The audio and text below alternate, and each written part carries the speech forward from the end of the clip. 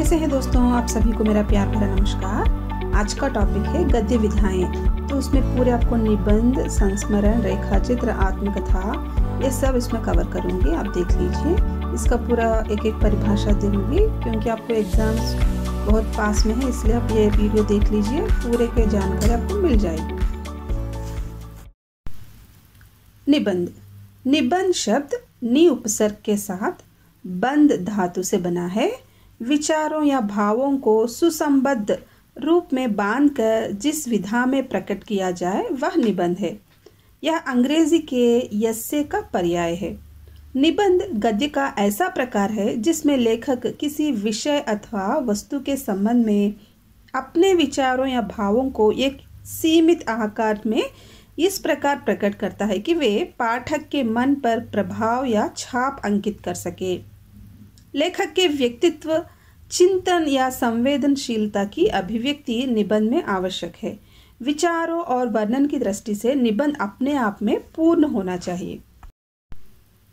निबंध गद्य रचना का सबसे विकसित रूप माना जाता है। आचार्य रामचंद्र शुक्ल ने निबंध को गद्य की कसौटी कहा है। उनके अनुसार भाषा की पूर्ण शक्ति का विकास निबंधों में ही सबसे अधिक संभव है। आत्मकथा जीवनी का एक रूप आत्मकथा है। लेखक उत्तम पुरुष का प्रयोग करते हुए अपनी जीवनी लिखता है तो वही आत्मकथा बन जाती है, मतलब अपने बारे में कहना। हिंदी में लिखी गई कुछ आत्मकथाओं के उदाहरण है डॉक्टर राजेंद्र प्रसाद की आत्मकथा, राहुल सांस्कृत्यायन की मेरी जीवन यात्रा, यशपाल का सिंहावलोकन, हरिवंश राय बच्चन की क्या भूलूं क्या याद करूं, नीड़ का निर्माण, फिर बसेरे से दूर और 10 द्वार से सोपान तक। तो इस शीर्षक से 4 खंडों में प्रकाशित आत्मकथा है। रेखा चित्र। रेखा चित्र मूल रूप से चित्रकला का शब्द है। रेखाओं के द्वारा बना हुआ चित्र रेखा चित्र है। रेखाओं के द्वारा बना हुआ चित्र रेखा चित्र है। चित्र में रेखाएं जो काम करती है वही काम साहित्य में शब्द करते हैं। जब लेखक शब्दों के द्वारा किसी व्यक्ति, वस्तु या दृश्य का इस प्रकार वर्णन करता है कि आंखों के आगे उस व्यक्ति, वस्तु या दृश्य का चित्र खींचता चला जाए, तो इसे रेखा चित्र कहते हैं। इसका दूसरा नाम शब्द चित्र भी है। रेखा चित्र की विशेषता यह होती है कि इसमें साहित्यकार अपनी कल्पना या अनुभूति का अलग से कोई रंग नहीं भरता। जिस व्यक्ति, वस्तु या दृश्य का वर्णन करना है उसका हूबहू चित्र अंकित कर देता है। संस्मरण और रेखा चित्र दोनों में ही वर्ण विषय का काल्पनिक न होकर यथार्थ होता है। महादेवी वर्मा की कृति अतीत के चलचित्र तथा रामकृष्ण बेनीपुरी की माटी की मूर्तें नामक पुस्तक रेखा चित्र के उत्कृष्ट उदाहरण है। संस्मरण। संस्मरण का अर्थ है सम्यक स्मरण, यानी कि भली भांति याद करना। किसी स्मरणीय व्यक्ति या घटना को, यादों को लेकर किया गया चित्रण संस्मरण है। संस्मरण के लिए लेखक का स्मरणीय व्यक्ति के साथ व्यक्तिगत संबंध होना आवश्यक है। यह आत्मपरक हुआ करता है। लेखक उत्तम पुरुष का प्रयोग करता हुआ व्यक्ति या घटना का वर्णन करता है। राहुल सांस्कृत्यायन का शांतिनिकेतन में संस्मरण का अच्छा उदाहरण है। महादेवी वर्मा के पथ के साथी शीर्षक पुस्तक में अपने समय के साहित्यकारों पर मार्मिक संस्मरण लिखे गए हैं। रामकृष्ण बेनीपुरी, बनारसी दास चतुर्वेदी के संस्मरण भी प्रसिद्ध है। यात्रावृत्त या यात्रा वृत्तांत। यात्रावृत्त संस्मरण और रेखाचित्र से मिलती जुलती विधा है।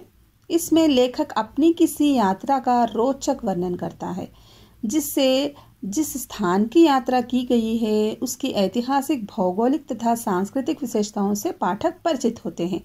सौंदर्य का बोध और कौतूहल जगाए रखना, ये दोनों यात्रावृत्त की खूबियां हैं। यात्रा वृत्त विषय प्रधान भी हो सकता है और विषयी प्रधान भी। देश काल के विषय में पाठक की जानकारी बढ़ाना इसका मुख्य उद्देश्य है। हिंदी की यात्रा वृत्त के उदाहरण है राहुल सांस्कृत्यायन की मेरी यूरोप यात्रा, मेरी तिब्बत यात्रा, अमृतलाल बेगड़ की सौंदर्य की नदी नर्मदा, रांगे रिपोर्टाज। रिपोर्टाज एक नवीन विधा है। रिपोर्टाज मूल रूप से फ्रेंच भाषा का शब्द है। हाल में ही घटी तथा लेखक के द्वारा प्रत्यक्ष देखी गई घटनाओं का अंतरंग अनुभव के साथ किया गया वर्णन रिपोर्टाज है। अंग्रेजी में इसी से मिलता जुलता शब्द रिपोर्ट है, पर रिपोर्ट सूचनात्मक होती है। रिपोर्टाज में किसी घटना का वर्णन लेखक के व्यक्तित्व के स्पर्श से आकर्षक बन जाता है। रेखाचित्र, संस्मरण, जीवनी तथा आत्मकथा के समान इसका विषय भी यथार्थ हुआ करता है। साक्षात्कार। साक्षात्कार भी एक आधुनिक गद्य विधा है। इसे भेंट वार्ता भी कहते हैं। अंग्रेजी में इसे इंटरव्यू शब्द के साथ जोड़ते हैं। यह विधा मूल रूप से पत्रकारिता की देन है, पर साहित्य में इसने अब स्थान बना लिया है।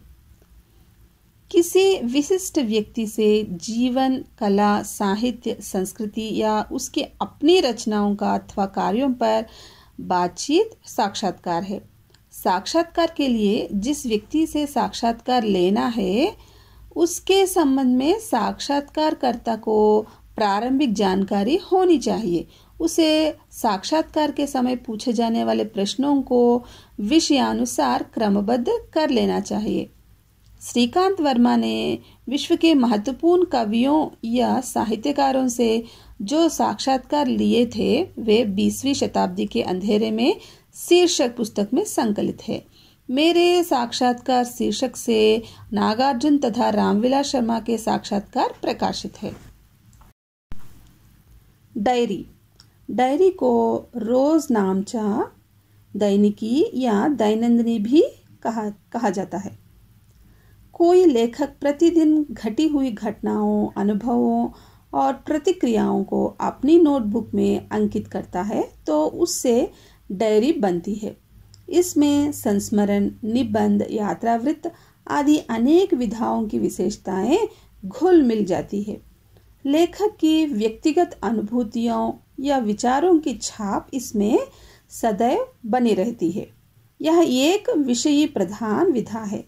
हिंदी में गांधी जी के सहयोगी महादेवी बाई की डायरी प्रकाशित है। इसी प्रकार बनारसी दास चतुर्वेदी ने गुप्त जी की डायरी का संपादन किया है। धन्यवाद दोस्तों। आप सब लोग एग्ज़ाम अच्छे से लिखना। अगर मेरे वीडियोस आपको पसंद आए तो लाइक कीजिए, शेयर कीजिए, सब्सक्राइब कर लीजिए, मुझे एंकरेज कीजिए। मैं आपको आपके दोस्तों को भी और अच्छे वीडियोस बनाने